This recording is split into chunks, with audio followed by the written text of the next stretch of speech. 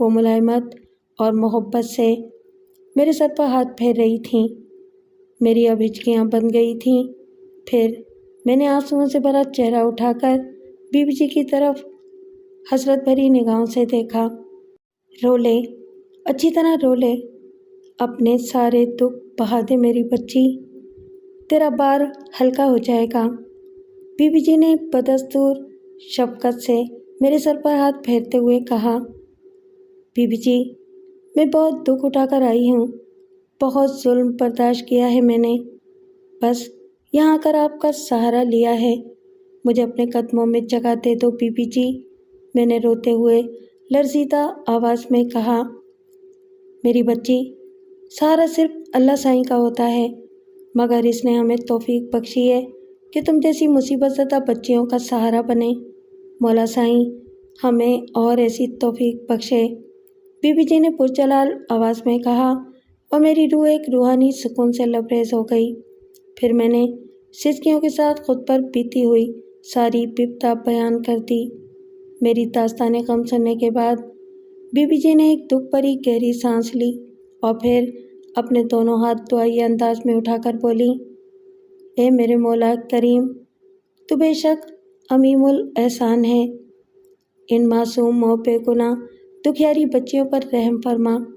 اتنا کہتے ہوئے بی بی جی نے آمین کہا اور اپنے چہرے پر دونوں ہاتھ پھیر کر مجھ پر پھونک ماری اور پھر مجھ سے مخاطب ہو کر بولی، تم بالکل پرسکون ہو کر سو جاؤ، کل اسی وقت رات کو میں تم سے ایک ضروری بات پوچھوں گی، تم نے مجھے سوچ سمجھ کر جواب دینا ہوگا، لیکن اس کے لیے ضروری ہے کہ تم اپنے ذہن سے سارے خیالات جھٹک کر گہری نیند سو جاؤ، اور اگر ہو سکے تو کل کا دن عبادت میں گزار لینا۔ یہ کہتے ہوئے بی بی جی نے قریب کھڑی ادھیڑ عمر مریدنی کو مخاطب کیا، مرادہ؟ جی بی بی جی، وہ موت پانا لہجے میں فوراً بولی، اسے اس کے کمرے میں لے جاؤ اور سونے سے پہلے اسے خاص ہدایت دے دینا، مانی ٹکڑ بھی دے دینا اسے۔ اتنا کہہ کر بی بی جی نے آنکھیں بند کر لیں۔ مرادہ نامی وہ مریدنی مجھے ایک چھوٹے سے کمرے میں لے آئی۔ میں نے محسوس کیا کہ یہ چھوٹا سا کمرہ وسیع و عریض حویلی کے ایک الگ تھلگ گوشے میں واقع تھا۔ یہاں بھی دری بچھی ہوئی تھی، ایک مدھم بلب روشن تھا، ایک کونے میں صاف ستھری رلی اور تکیہ رکھا ہوا تھا۔ مرادہ نے پہلے مجھ سے روٹی کا پوچھا، لیکن میں نے آہستگی کے ساتھ انکار کر دیا اور منتظر رہی کہ وہ مجھے بی بی جی کے کہنے کے مطابق کون سی ہدایات دینا چاہتی تھی۔ سونے سے پہلے میری ایک بات پلے سے باندھ رہے، ابھی سویرا ہونے کو ہے، مگر بی بی جی کی ہدایت کے مطابق تجھے پوری نیند لینا ہوگی، بھلے دن چڑھے تک سوتی رہنا۔ مرادہ نے تاکید کرتے ہوئے مجھ سے کہا، تیری جب بھی آنکھ کھلے تو کمرے سے باہر مت نکلنا، ضرورت محسوس کرے تو اندر سے دروازے پر دستک دے دینا اور اندر سے کنڈی مت لگانا۔ سو جاؤ اب تم، میں چلتی ہوں۔ اتنا کہہ کر مرادہ چلی گئی۔ اس کے جاتے ہی الجھنا میں سوچوں نے میرے ذہن پر یلغار کر دی۔ گزرے ہوئے ہولناک لمحات کا سوچ کر میرا سر درد سے پھٹنے لگا۔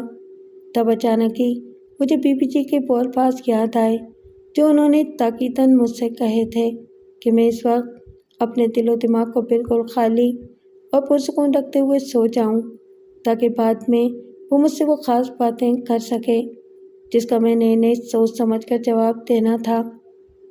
بی بی جی مجھ سے کیا پوچھنا چاہتی تھیں یہ میں نہیں جانتی تھی۔ باہر طور میں نے ایسا ہی کیا اور رلی بچھے بستر پر دراز ہو گئی، لیکن یہ بھی حقیقت ہی تھی کہ باوجود کوشش کے مجھے نیند خاصی دیر بعد ہی آئی تھی۔ آنکھ کھلی تو اس کوٹھی نما کمرے کی اکلوتی کھڑکی کی جھریوں سے سنہری سنہری دھوپ اندر آ رہی تھی۔ نیند سے جاگتے ہی لاشعوری طور پر میں یہی سمجھی تھی کہ میں اپنے ماں باپ کے گھر میں ہوں، مگر چھوٹے سے کمرے کے در و دیوار پر نظر پڑی تو بتدریج گزرے ہوئے زہریلے واقعات ذہن میں تازہ ہوتے چلے گئے۔ گزشتہ شب مجھ علم نصیب پر کیسی کیسی قیامتیں ٹوٹیں، وہ سب مجھے یاد آتی چلی گئیں اور ایک گہرے دکھ کی لہر ٹیس بن کر میرے وجود میں زہر کی طرح اترتی چلی گئی۔ بے اختیار میری آنکھیں نمناک ہو گئیں۔ تھوڑی دیر بعد میں نے ایک گہری سانس لے کر اپنے سینے کے غبار کو غیر مرئی پگولے کی طرح آزاد کرنے کی کوشش کی اور اٹھ کھڑی ہوئی۔ پھر کھڑکی کے قریب آ کر اس کے ایک کواڑ کو کھول کر باہر جھانکا تو معلوم ہوا کہ یہ سنہری دھوپ غروب ہوتے آفتاب کی الوداعی کرنیں ہیں۔ میرے خدا، کیا میں اتنا وقت سوتی رہی ہوں؟ میں نے حیران ہو کر سوچا۔ اسی لمحے مجھے پیاس اور بھوک کا احساس ہونے لگا۔ اچانک دروازے پر کسی کی آہٹ ابھری۔ میں نے چونک کر دیکھا۔ کھلے دروازے میں وہی رات والی مریدنی مراداں کھڑی تھی۔ میں پہلے بھی 2 بار آ چکی ہوں، پر تو سو رہی تھی، وہ میری طرف دیکھتے ہوئے قدرے ملائمت سے بولی۔ میں نے آہستگی کے ساتھ کھڑکی کا کواڑ بند کیا اور خاموشی کے ساتھ اس کی طرف تکنے لگی تو وہ دوبارہ بولی، آ میرے ساتھ، ذرا غسل وغیرہ کر لے، پھر میں تیرے لیے مانی لے کر آتی ہوں۔ میں نے جواباً خاموشی سے سر ہلا دیا۔ اس کے بعد وہ مجھے بڑی ہوشیاری کے ساتھ کمرے سے لے کر نکلی اور ایک پتلی سی راہداری میں لے آئی۔ یہاں ایک کونے میں غسل خانہ بنا ہوا تھا جہاں رفع حاجت کی جگہ بھی تھی۔ یہاں رک کر وہ مجھ سے بولی، اندر میں نے کپڑے لٹکا دیے ہیں، نہا دھو کر پہن لینا اور سیدھا اپنے کمرے میں چلی آنا۔ میں خاموشی سے اندر داخل ہو گئی اور دروازہ بند کر لیا۔ تھوڑی دیر بعد نہا دھو کر میں خاموشی کے ساتھ دوبارہ اپنے کمرے میں آ گئی۔ اب میں خود کو حشاش بشاش قدرے تازہ دم محسوس کر رہی تھی۔ ذرا دیر میں مرادہ کھانے کے برتن لے آئی۔ تجھے کسی نے دیکھا تو نہیں؟ مرادہ میرے سامنے کھانے کا برتن رکھتے ہوئے دھیرے سے بولی تو میں نے نفی میں سر ہلا دیا۔ وہ پھر بولی، دراصل بی بی جی نہیں چاہتی کہ ابھی کسی کو یہ پتہ چلے کہ تو یہاں ہے۔ اس کی یہ بات سن کر میں نے تفہیمی انداز میں سر ہلایا اور سر جھکا کر کھانے میں مصروف ہو گئی۔ کھانے کے بعد جب مرادہ برتن واپس لے جانے کے لیے اٹھی تو مجھ سے بولی، ابھی تو ادھر بیٹھی رہ، بی بی جی حجرے میں سائلوں سے فارغ ہو کر خود ہی یہاں تشریف لائیں گی۔ اتنا کہہ کر وہ چلی گئی۔ مجھے اب بے چینی سے بی بی جی کا انتظار تھا، جانے وہ مجھ سے کیا بات کرنا چاہتی تھیں۔ اس کے باوجود میرے اندر خود پرسی ہو رہی تھی کہ وہ اس کے علاوہ بھی مجھ سے کچھ اور پوچھنا چاہتی تھیں، کیونکہ ان کے پراسرار لہجے کے لفظوں کی گونج ہنوز مجھے یاد تھی۔ وہ مجھ سے کوئی ایسی بات پوچھنا چاہتی تھیں جس پر شاید میری آئندہ زندگی کا انحصار بھی تھا۔ پھر جیسے تیسے یہ وقت بھی تمام ہوا اور بی بی جی میرے کمرے میں آ گئیں۔ حسب معمول وہ سفید رنگ کے سادہ سے لباس میں ملبوس تھیں۔ میں نے بصد احترام انہیں سلام کیا اور وہ دھیرے سے نرم آواز میں میرے سلام کا جواب دیتے ہوئے نیچے دری پر آلتی پالتی مار کے بیٹھ گئیں اور مجھے بھی اس بار ایک خفیف سے اشارے سے اپنے سامنے بیٹھنے کو کہا۔ تمہارا نام کونجا ہی ہے نا؟ مان بی بی جی نے مجھے شفقت بھری نظروں سے دیکھتے ہوئے نرم آواز میں پوچھا اور میں نے نظریں نیچی رکھتے ہوئے دھیرے سے جی ہاں کہا۔ دیکھ کونجا، تیرے ساتھ جو ظلم ہوا، کیا تو اس کا فیصلہ کرانا چاہتی ہے؟ جی بی بی جی، میں بھلا اپنی عزت کے لٹیروں کو کس طرح معاف کر سکتی ہوں؟ میرا بس چلے تو میں ان کی بوٹیاں نوچ ڈالوں۔ یک لخت میرے لہجے میں انتقام کی چنگاریاں سی پھوٹ پڑیں۔ اور اپنے شوہر محمد پریل سے؟ بی بی جی نے بغور میرے چہرے کی طرف دیکھ کر پھر پوچھا۔ ایک لمحے کو میں گنگ سی ہو گئی، مگر پھر اگلے ہی لمحے میرے تصور میں محمد پریل کلاڑی سونتے نظر آیا تو میرے اندر نفرت کا جوالا مکھی پھوٹ پڑا۔ ہاں، میرا دل اسے بھی بخشنے کو نہیں چاہتا تھا۔ اگر وہ مجھ بے گناہ پر کاری کا جھوٹا الزام نہ لگاتا تو شاید میں اسے معاف کر دیتی۔ میری بات پر بی بی جی چند ثانیے پرسوچ انداز میں خاموش رہنے کے بعد بولی، دیکھ کونجا، محمد پریل کے سلسلے میں تیرا راجواڑی فیصلہ ہو سکتا ہے، پھر تجھے یقیناً بہا پانی سے بھی گزرنا ہوگا اور تو بعد میں گاڑی بھی قرار دی جائے گی۔ تیرے مرس محمد پریل کو تجھ پر جھوٹا الزام لگانے پر دنڈ بھی دینا پڑے گا، لیکن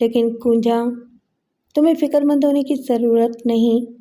راجواڑی کا مکھ سردار خمیسو خان کا نام تو تم نے سنا ہوگا۔ وہ ایک بااصول اور شریف النفس انسان ہے اور روایتی وڈیروں سے ہٹ کر وہ غریبوں کا درد اپنے دل میں رکھتا ہے۔ میں تمہیں آج اس کے پاس لے چلوں گی تمہاری فریاد ڈالنے کے لیے۔ مجھے امید ہے وہ تمہاری بھرپور مدد کرے گا۔ بی بی جی، اگر میں بے گناہ ثابت ہو گئی تو کیا پریل کے ساتھ وڈیرے عارف خان اور بھورل خان سمیت اس کے کارندوں کو بھی سزا ملے گی؟ میں نے امید بھرے لہجے میں پوچھا۔ میں نے کہا نا، تمہیں پہلے اپنی پیشانی سے کاری کا کلنک مٹانا ہوگا۔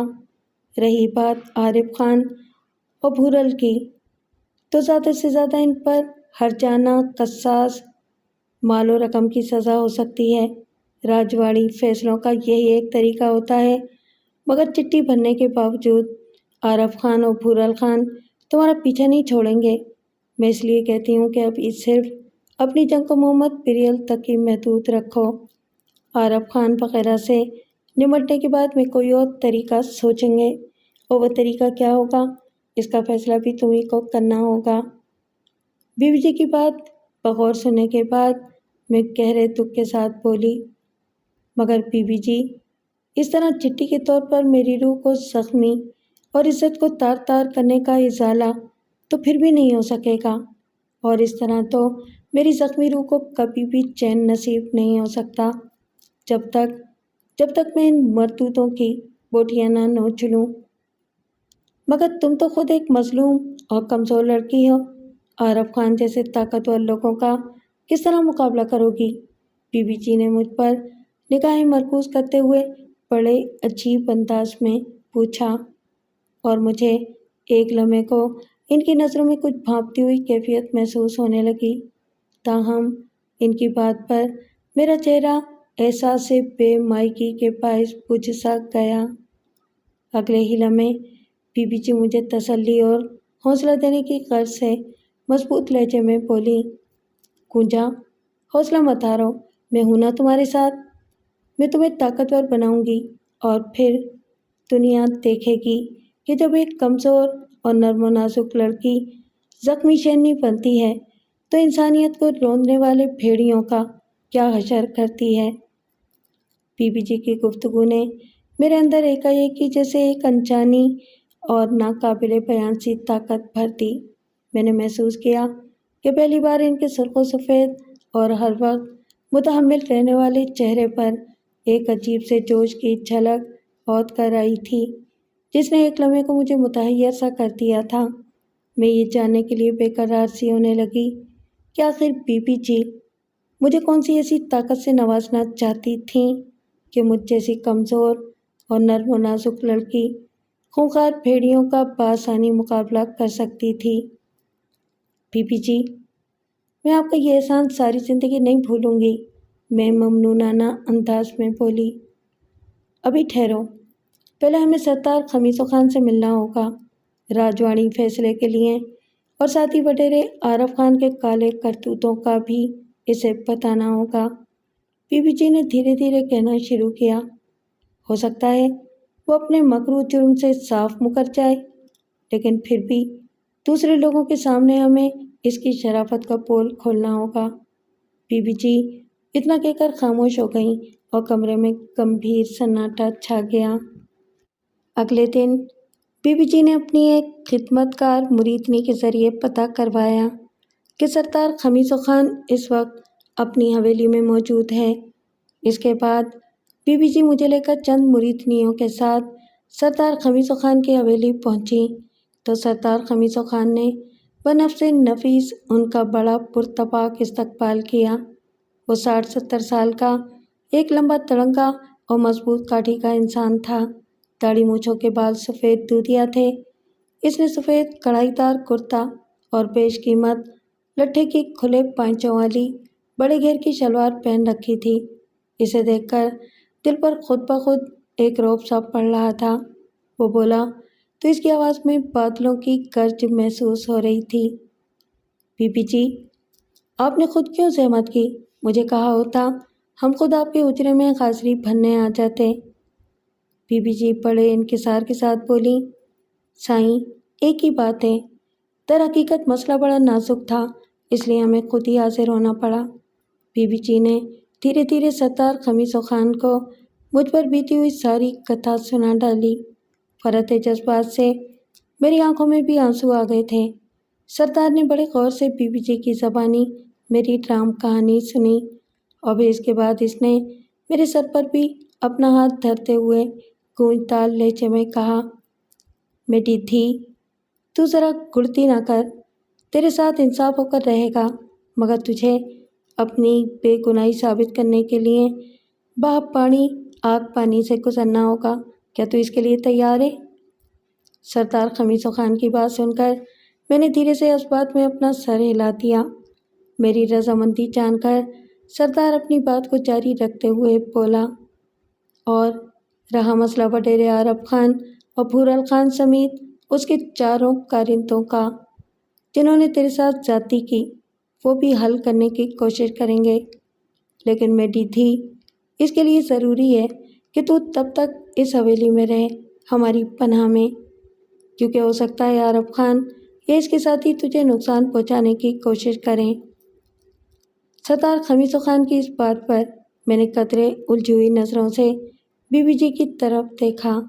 وہ اس بات میں سر ہلا کر بولی، ہاں گونجا، سردار سائیں ٹھیک کہتے ہیں، تیری بھلائی اسی میں ہے کہ تو کوئی فیصلہ ہونے تک ادھر ہی رہے، پر تو گھبرا مت، میں بھی تیری خیر خیریت کے واسطے ادھر آتی رہوں گی۔ بی بی جی کی بات سے مجھے ذرا حوصلہ ہوا اور میں نے خاموشی سے اپنا سر جھکا دیا۔ تھوڑی دیر مزید وہاں بیٹھے رہنے کے بعد بی بی جی شفقت اور محبت سے میرے سر پر ہاتھ پھیر کر وہاں سے چلی گئیں۔ مجھے اندر زنان خانے میں بھیج دیا گیا۔ سردار خمیسو خان کی شخصیت نے مجھے بڑا متاثر کیا تھا، ورنہ میں اسے دوسرے روایتی وڈیروں کی طرح سمجھتی تھی۔ زنان خانے کے جس حصے میں مجھے ٹھہرایا گیا تھا وہاں حویلی کی خدمت گار عورتوں کی رہائش تھی، جبکہ دوسرے حصے میں خاندان کی دیگر عورتیں تھیں۔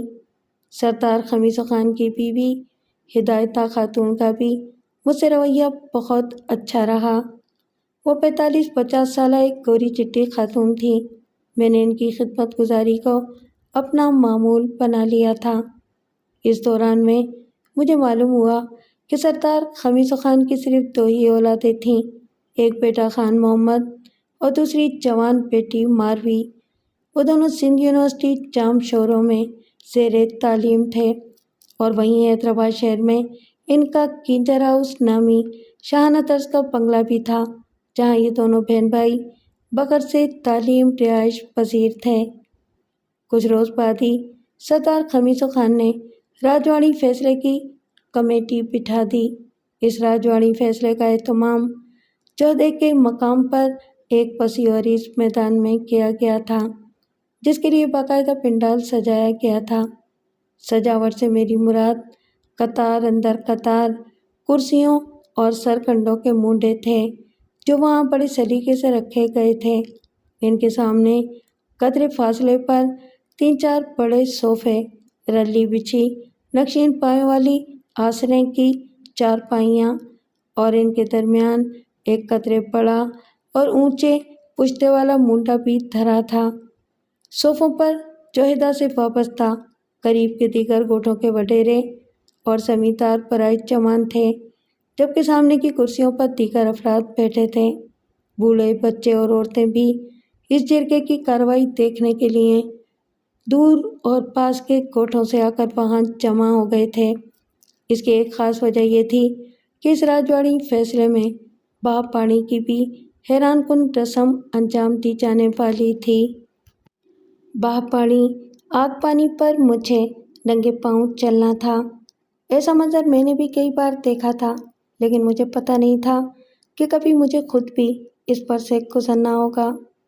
جس فرد کو کسی کے ساتھ بطور کارو یا کاری ملوث کیا گیا ہو، وہ اپنی سچائی ثابت کرنے کے لیے، بشرطے کہ وہ میری طرح زندہ بچ گیا ہو، اسے 15-20 فٹ دیکھتے ہوئے انگاروں کی ایک روش پر سے گزارا جاتا ہے۔ انگاروں پر ننگے پاؤں چلانے کے بعد ایک تازہ ذبح کیے ہوئے بکرے کے خون سے کارو یا کاری کے پاؤں دھوئے جاتے ہیں، اور یہ میری آنکھوں دیکھی ایک حیرت انگیز حقیقت ہے کہ اگر وہ یعنی کارو یا کاری جھوٹا ہو تو اس کے پاؤں میں آبلے پڑ جاتے ہیں۔ بصورت دیگر سچا ثابت ہونے کی صورت میں اس پر ذرا بھی آنچ نہیں آتی۔ اس طرح سچے آدمی کو گاڑو یعنی سرخ روح کہا جاتا ہے۔ مجھے اپنی سچائی ثابت کرنے کے لیے ایسی ہی سلگتی ہوئی انگاروں بھری روش پر چلنا تھا۔ اگرچہ میں سچی تھی مگر میرا دل گھبرا رہا تھا۔ مجھے چند عورتوں کے ساتھ پنڈال میں لایا گیا۔ میں نے پنڈال کا گہری نظروں کے ساتھ جائزہ لیا۔ تب میری نظر ایک جانب بیٹھی بی بی جی پر پڑی۔ وہ اپنی چند خاص مریدنیوں کے ساتھ موجود تھیں۔ ان کے ساتھ ایک 25-30 سالہ لڑکی بھی برائے جوان تھی۔ وہ خاصی خوبصورت تھی، مگر جس بات نے مجھے چونکنے پر مجبور کیا تھا وہ اس کی ظاہری وضاحت تھی، اور وہ بی بی جی کی دوسری مریدنیوں سے بالکل الگ تھلگ اور ان کے شانہ بشانہ بیٹھی تھی۔ لباس بھی اس کا دوسری عورتوں سے بالکل مختلف اور قدرے فیشنیبل تھا۔ اس کا رنگ گورا اور بال شانوں تک کٹے ہوئے تھے۔ غرض پہلی ہی نظر میں وہ کوئی شہر کی رہنے والی لڑکی دکھائی دے رہی تھی۔ اس کے چہرے پر ایک عجیب سی چمک مارتا ہوا جوش کروٹیں لے رہا تھا۔ سب سے زیادہ حیران کن بات یہ تھی کہ میں نے پہلے کبھی بھی اس لڑکی کو بی بی جی کے ساتھ نہیں دیکھا تھا۔ پتہ نہیں یہ لڑکی کون ہے۔ پھر اس دوران میں نے اپنے ماں باپ اور بھائی سائیں داد کے علاوہ بھابھی بھاگل کو بھی دیکھا، جن کی گود میں ننھا منٹھار ہمک رہا تھا۔ اچانک میری نظر وہاں موجود ایک شخص پر پڑی۔ اسے دیکھتے ہی جیسے میرے دل و دماغ میں نفرت کی چنگاریاں پھوٹ پڑیں۔ وہ محمد پیریل تھا، جو اپنے عزیز رشتہ داروں کے ساتھ بیٹھا مجھے گھور رہا تھا، مگر میں نے محسوس کیا تھا کہ وہ خاصا پریشان اور گھبرایا ہوا تھا۔ اسے اگلی نشستوں پر پیچھے موڑوں پر بٹھایا تھا۔ میں نے بڑی نخوت سے اپنی نظریں ہٹا لی تھیں۔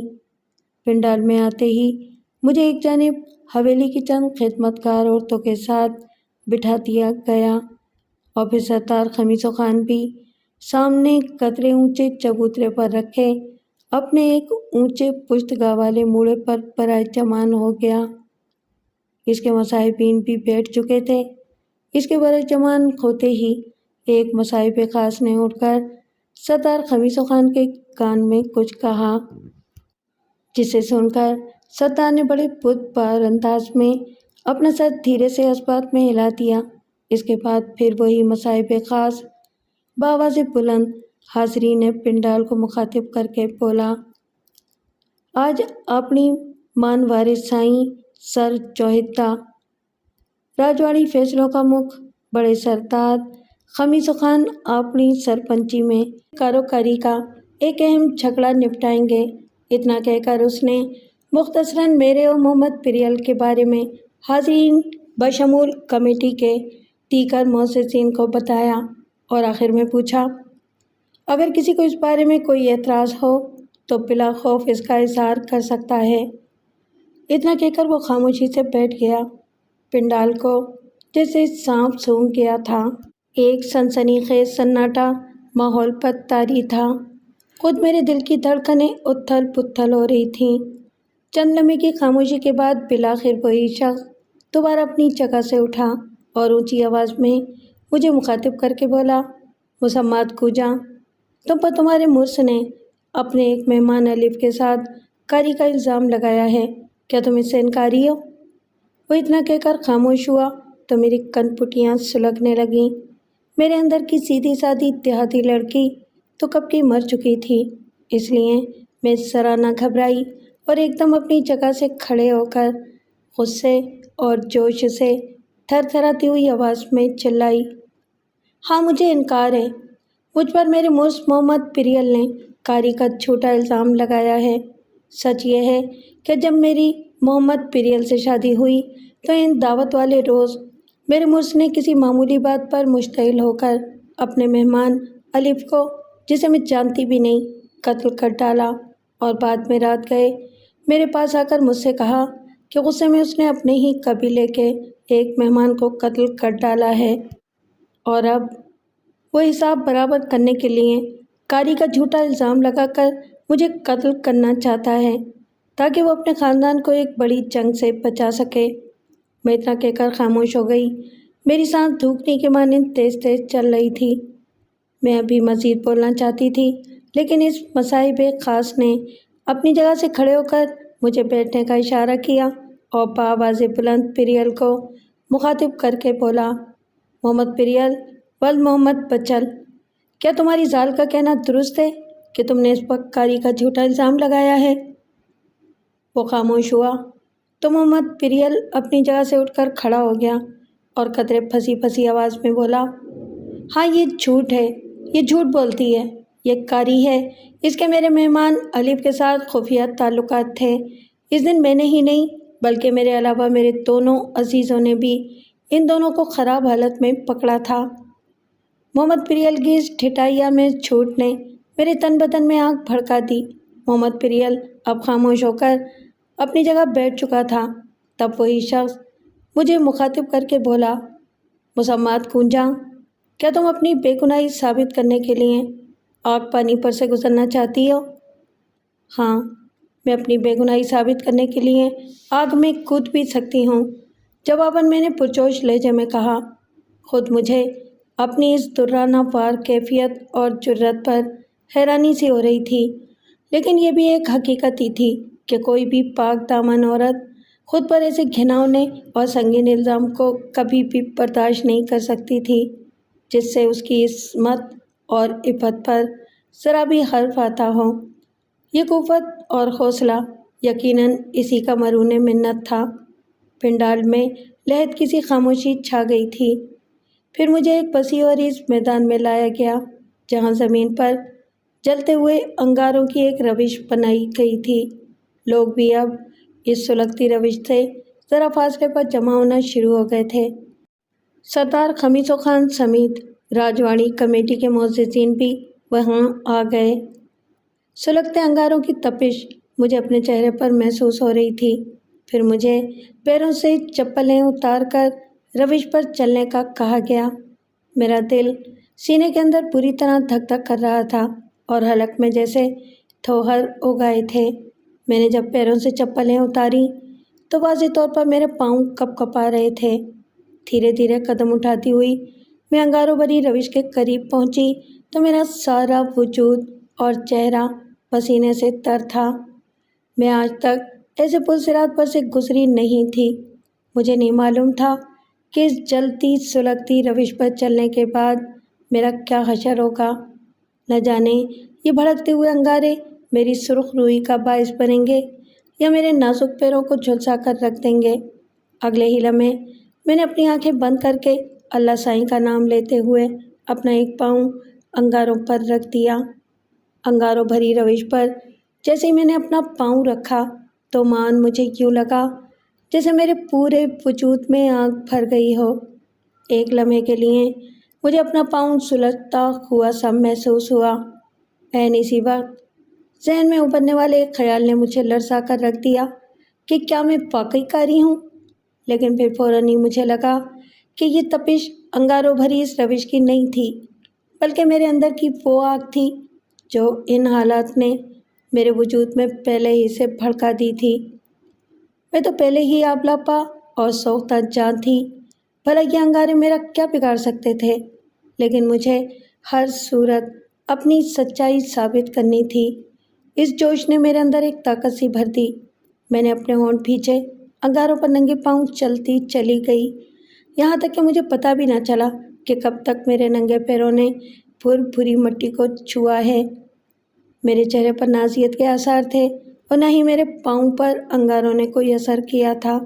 شاید یہ میرے اندر کی قوت کا کرشمہ تھا کہ سلگتے انگاروں پر چلنے کے بعد بھی میں صحیح سلامت اپنے پیروں پر کھڑی تھی۔